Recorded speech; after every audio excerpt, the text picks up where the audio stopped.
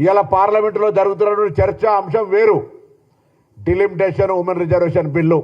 ఆ సందర్భంలో తెలివిలేని ఒక వెధవ, మెదడు జ్ఞానం లేక తెలంగాణ విభజనను పాకిస్తాన్ భారత విభజనతోటి పోల్చి ఈరోజు ఈ భారతదేశంలో ప్రజాస్వామికంగా రాజ్యాంగ ప్రకారంగా లోక్సభ రాజ్యసభ పాస్ చేసినటువంటి బిల్లులను పార్లమెంటు వేదికగా అవమానపరుస్తుంటే తెలంగాణ నుంచి ఎంపికైన 8 మంది భారతీయ జనతా పార్టీల ఎంపులు చీము నెత్తురు లేకుండా వాటిని విని ఎంజాయ్ చేసేటువంటి దౌర్భాగ్య పరిస్థితి వింటే తెలంగాణ తల్లి రోధించేటువంటి పరిస్థితి ఉంది. అలా ఏ మాత్రం బాధ్యత ఉన్నా, తెలంగాణ రక్తమున్నా తేజస్వి గారు మాట్లాడినటువంటి మాటలు తెలంగాణ ప్రజల ఆత్మగౌరవం కాదు, అమరవీరుల ఆత్మక్షోభని కాదు, అవమానపరచడమే కాదు, ఇలా తెలంగాణ యావత్ ఉద్యమ స్ఫూర్తికి విఘాతం కలిగించే విధంగా మాట్లాడినారు.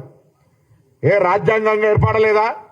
ఇంత పెద్ద దీర్ఘకాలిక ప్రజల ఆకాంక్షకు కాంగ్రెస్ పార్టీ నిర్ణయం తీసుకొని ఆనాడు భారతీయ జనతా పార్టీ కీర్తిశేషులు సుష్మా స్వరాజ్ గారు రాజ్యాంగం ప్రకారంగా పార్లమెంటులో మద్దతిస్తే ఇవాళ ఈ యొక్క ప్రధానమంత్రి నుంచి మొదలుకొంటే మొన్నవరో తెలుగుదేశం ఆంధ్ర ఎంపీ కూడా పార్లమెంటు గురించి కూడా మాట్లాడుతూ ఉండే, తెలంగాణ విభజన గురించి మాట్లాడుతూ ఉండే.